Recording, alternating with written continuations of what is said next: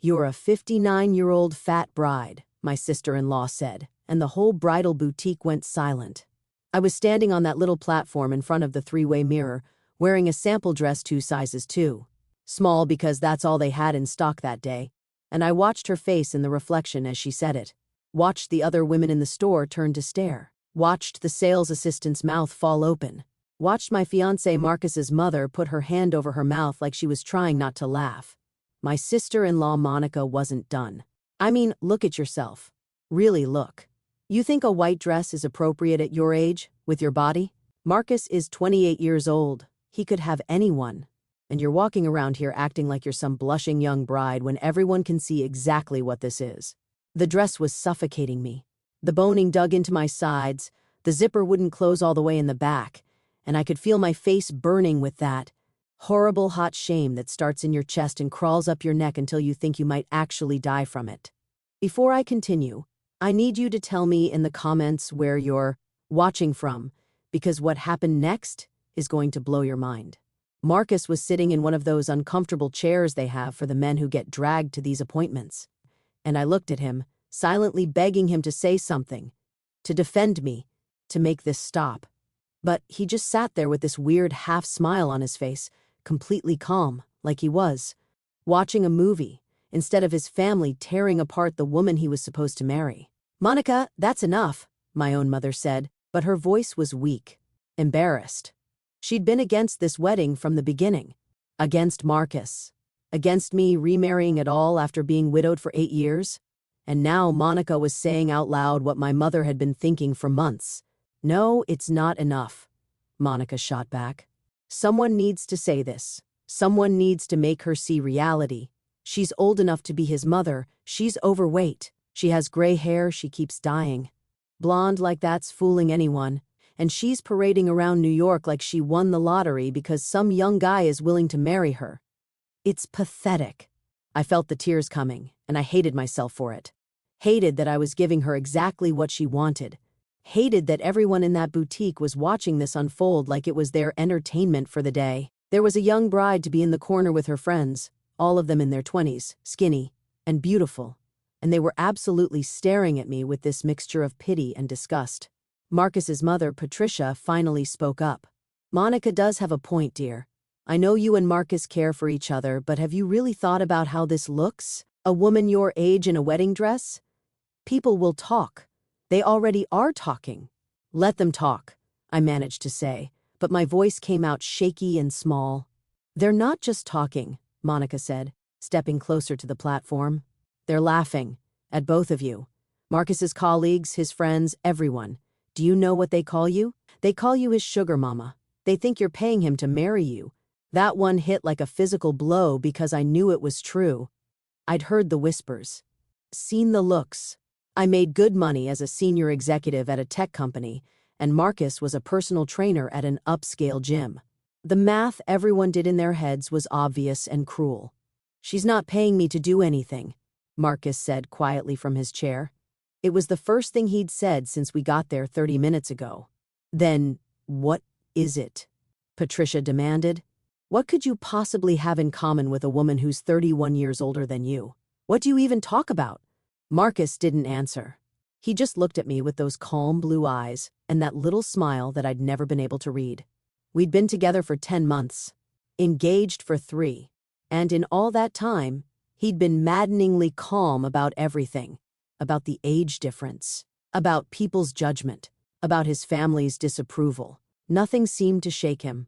Sometimes that calmness made me feel safe. But right now, sitting there while his sister verbally destroyed me and he barely reacted, it made me feel completely alone.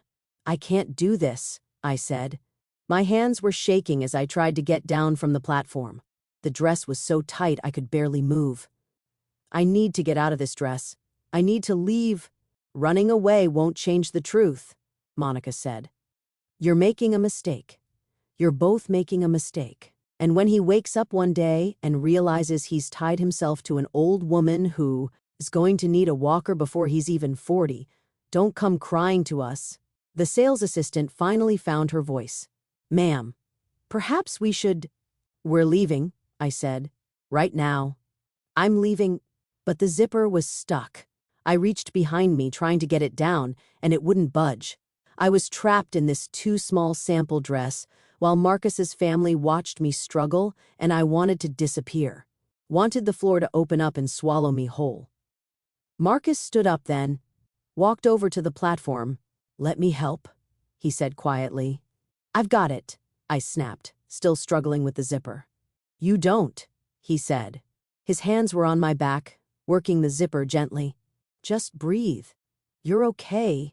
"I'm not okay," I whispered.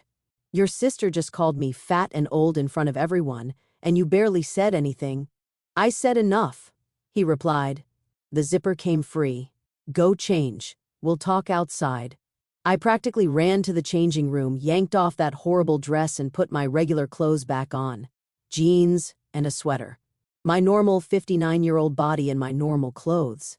I looked at myself in the changing room mirror, and Monica's words echoed in my head. Fat, old, pathetic. I was 5'5" and weighed about 190 pounds.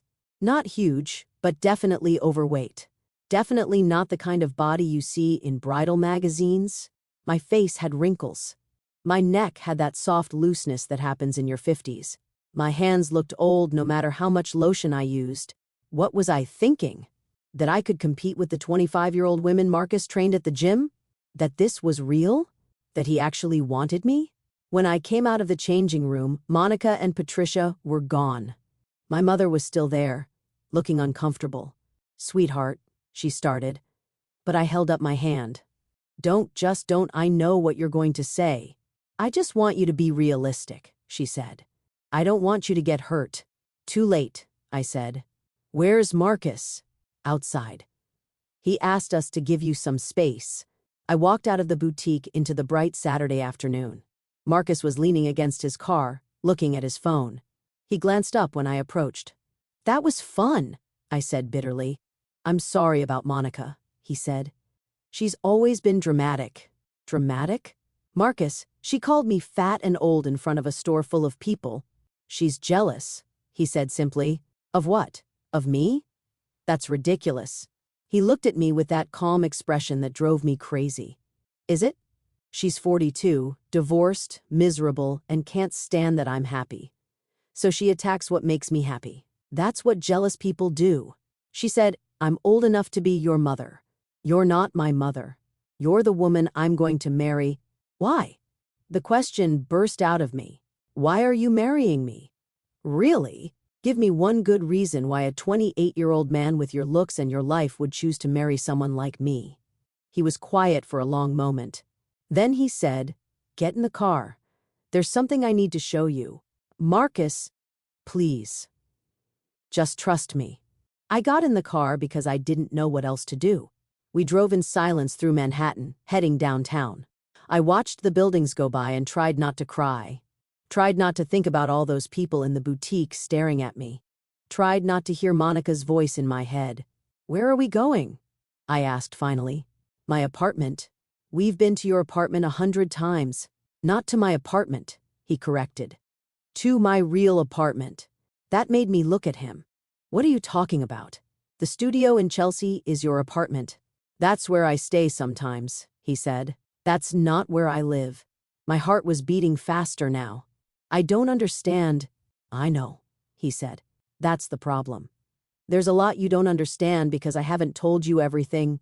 The fear that had been sitting in my chest since the boutique turned into something sharper. Colder. "What haven't you told me?"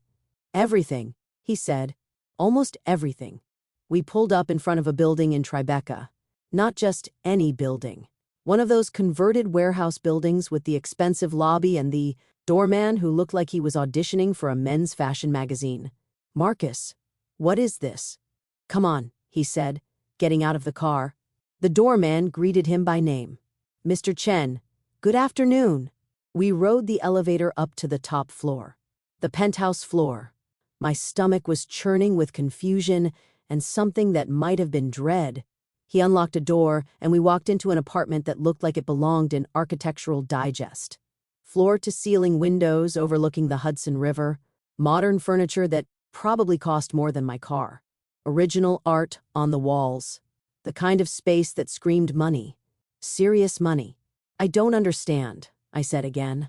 My voice sounded very small in that big, expensive space. Marcus walked to the windows and stood there for a moment, looking out at the view. Then he turned to face me. My name isn't Marcus Chen, he said. Well, it is, but it's not the whole story. My full name is Marcus Chen Rothberg. The name hit me like cold water. Rothberg, as in the Rothberg family.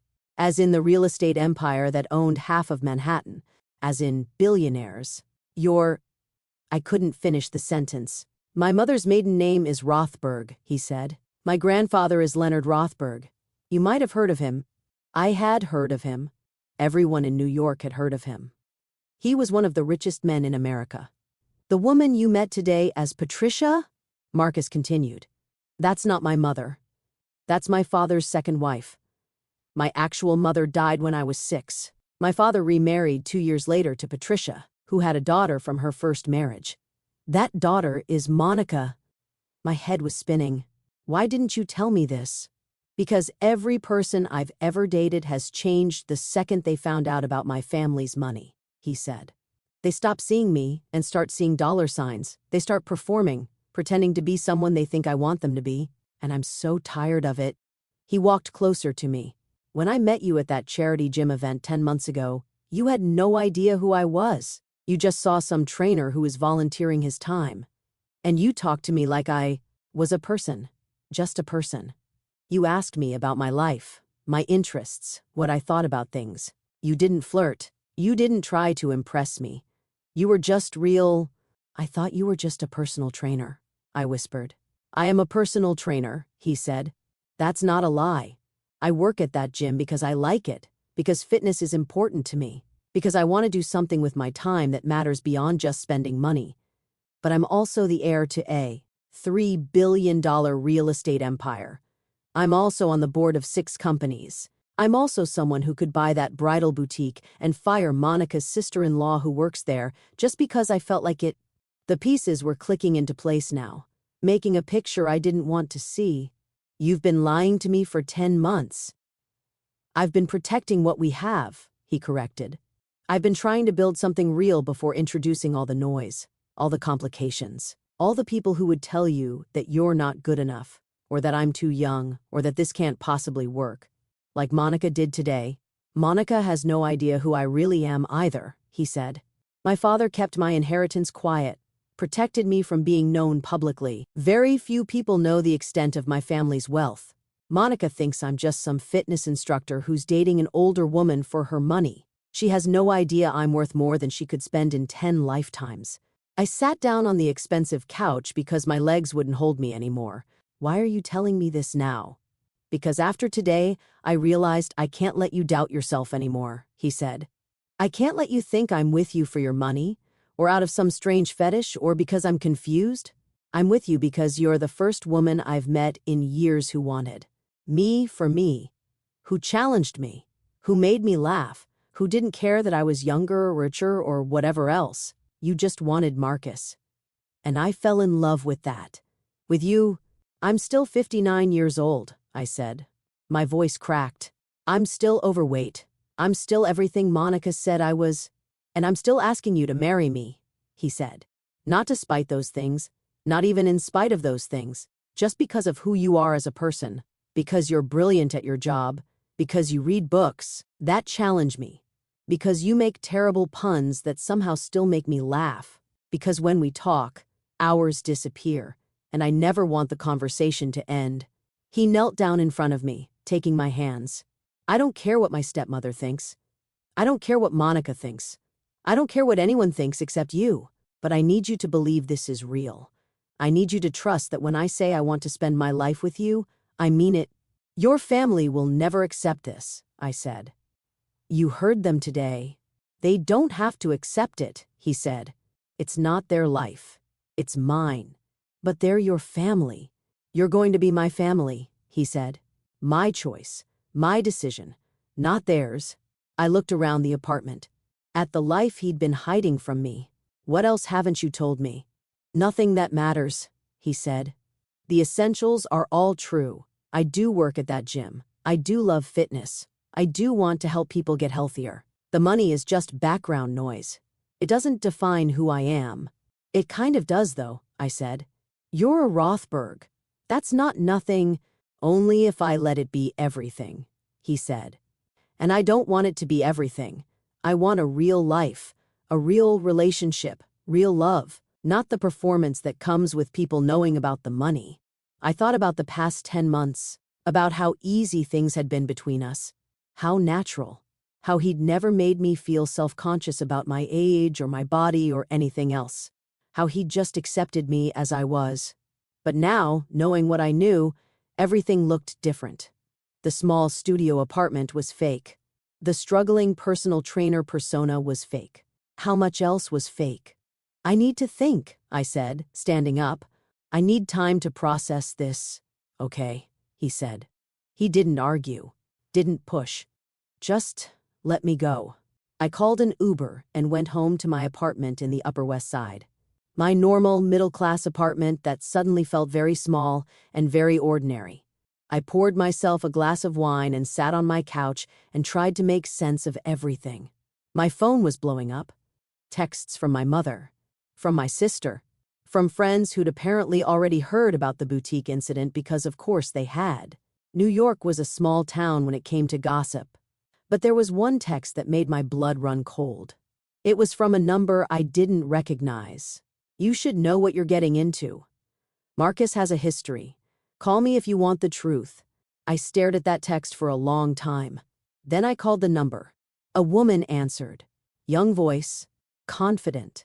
I was wondering if you'd call. Who is this? I asked. My name is Sienna. I dated Marcus 2 years ago. We were together for 8 months before I found out who he really was. Or maybe I should say what he really wanted. My stomach dropped. What are you talking about? He has a type, she said. Older women, successful women, women with their own careers and money. He gets off on it. The whole younger man thing, it's a fetish for him. That's not true, I said. But my voice lacked conviction. Isn't it? How old are you? Late 50s, early 60s? Let me guess. You're financially successful, independent, maybe a little insecure about your age and your body? I didn't say anything. That's what I thought, Sienna continued. I was 35 when we dated. Not as big an age gap as yours, but still significant. He love-bombed me, made me feel special, told me he'd never met anyone like me. Then I found out about the money and everything changed. He got colder, more distant, like the game was over once I knew the truth. Why are you telling me this? I asked. Because I don't want you to waste your time like I did, she said. Marcus doesn't want a real relationship. He wants a fantasy. He wants to play the role of the younger guy with the older woman. And once reality sets in, once you actually try to build a real life together, he'll disappear. Trust me. I've seen it before. I'm not the only one. She hung up before I could respond. I sat there holding my phone, feeling sick. Was that true? Was I just another conquest? Another older woman for him to play out some fantasy with? The next few days were torture. Marcus texted me, but I didn't respond. My mother called to tell me she thought I should end the engagement, that the boutique incident was a sign that I was making a mistake. My sister was more supportive, but even she had doubts. And then, 3 days after the boutique incident, I got a visitor. My doorman called up. Ms. Patterson, there's a Monica Chen here to see you. My first instinct was to say no, to tell him to send her away. But curiosity won out. Send her up. Monica looked different when she walked into my apartment. Less polished. Her makeup was smudged like she'd been crying. I need to talk to you, she said. If you came here to insult me again. I came to apologize, she interrupted. And to explain. I gestured to the couch and she sat down. I stayed standing. What I said at the boutique was unforgivable, she said. I was cruel and I'm sorry. But I need you to understand where it was coming from. Jealousy, according to Marcus. He's not wrong, she admitted. But it's more complicated than that. When my mother married Marcus's father, I thought we were set. I thought I'd finally have access to the life I deserved. The Rothberg life. the money, the status, everything. But David, Marcus's father, kept everything separate. He gave my mother a comfortable life, but he never truly accepted me as part of the family. And when he died 2 years ago, I found out just how separate everything was. She looked up at me. Marcus inherited almost everything. The apartments, the properties, the trust funds. I got nothing. My mother got a small allowance, and I've been bitter about it ever since. So, you took it out on me? I took it out on anyone Marcus cared about, she said. Sienna, the woman before you, I did the same thing to her. Tore her apart, made her doubt everything, and I succeeded. She left him. My heart was racing. Sienna called me. She said Marcus has a pattern. Sienna's a liar, Monica said flatly. Or more accurately, I made her into a liar. I fed her lies about Marcus, made her think he was using her, planted doubts until she couldn't take it anymore and left. And I almost did the same thing to you. Almost? Monica pulled out her phone and showed me a message thread. It was between her and someone named Rick.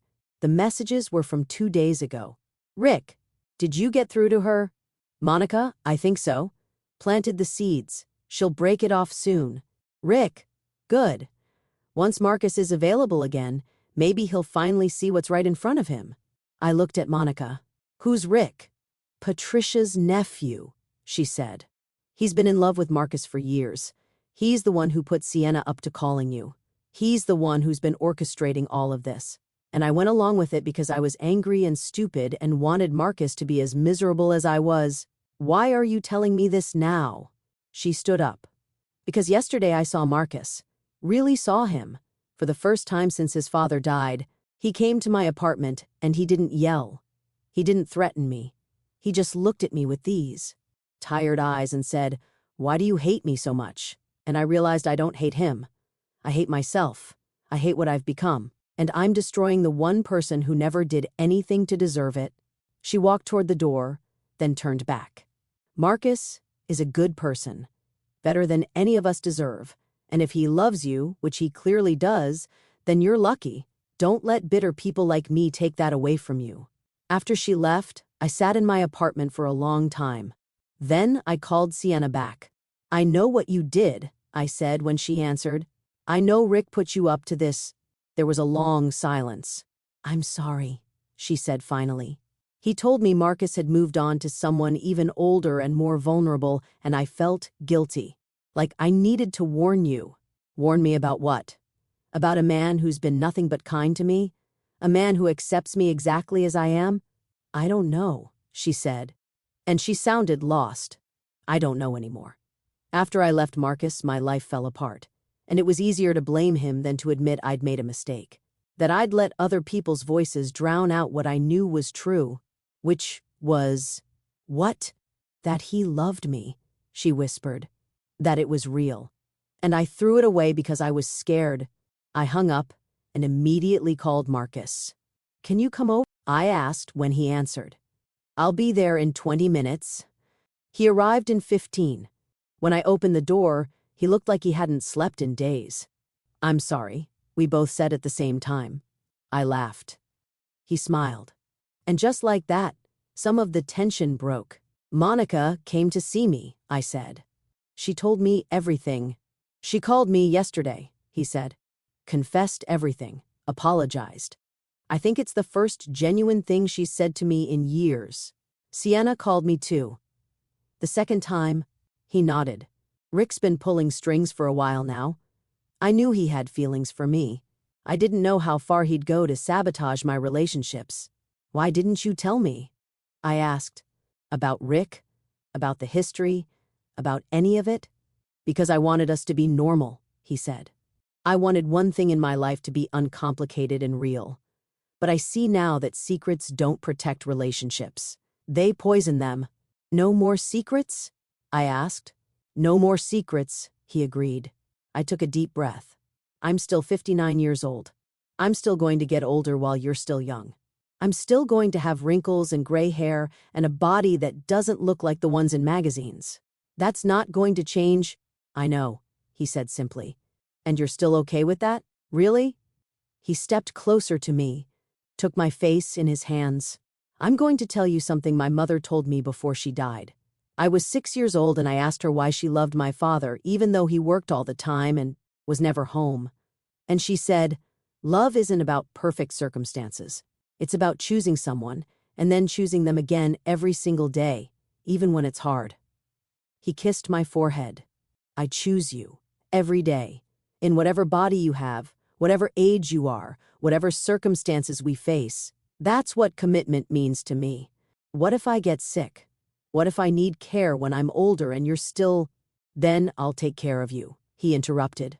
"Just like you'd take care of me if something happened to me tomorrow." That's what this means.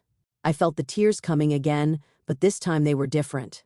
Not shame, not fear, just overwhelming gratitude that somehow, despite everything, this was real. "I love you," I said. I should have said it before, but I was scared. "I love you too," he said. "And I want to marry you, but not in some boutique with my stepmother and stepsister making you feel small. I want to marry you somewhere that feels like us." We got married 3 months later in a small ceremony at the Museum of Modern Art, surrounded by 20 people we actually cared about. My mother was there, my sister, a few close friends, Marcus's college roommate, the director of the gym where he worked, people who actually knew us and supported us. Monica came too. She was different now. Quieter. She'd started therapy after our conversation and was working through her anger and resentment. She apologized to me again before the ceremony, and this time I believed her. Patricia didn't come. Neither did Rick. And that was fine. We didn't need their approval. I wore a dress that actually fit. Cream-colored, simple, elegant. Age-appropriate, according to traditional standards, but also beautiful. I felt beautiful. For the first time in months, I felt like myself. When Marcus and I exchanged vows, I didn't think about our age difference. I didn't think about what other people might say. I just thought about the man standing in front of me who saw me for exactly who I was and loved me anyway. The night of our wedding, back at the Tribeca apartment that was now our home, Marcus pulled me close and whispered, "If they knew how lucky I am, they'd never have said those things." "If they knew what?" I asked. "If they knew that I get to spend my life with someone who makes me want to be better every single day. If they knew that age and appearance and all that surface stuff means nothing compared to finding someone who actually sees you. If they knew how rare that is, how precious, they'd understand why I fought so hard for this." I thought about Monica's cruel words in the boutique, about Sienna's lies, about all the judgment and doubt and fear that had almost destroyed us. And then I let it all go. Because standing in that apartment with the man I loved, the man who chose me despite everything the world told him not to, I finally understood something important. Other people's limitations don't have to become your reality. Their fears don't have to be your fears. Their narrow view of what love should look like doesn't define what your love actually is. I'm 60 now. Marcus is 29. We've been married for 8 months and I'm happier than I've ever been in my life.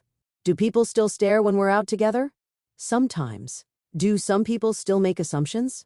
Absolutely. Does it bother me? Not anymore. Because I know the truth. And so does he. And that's all that matters. What would you have done in my place?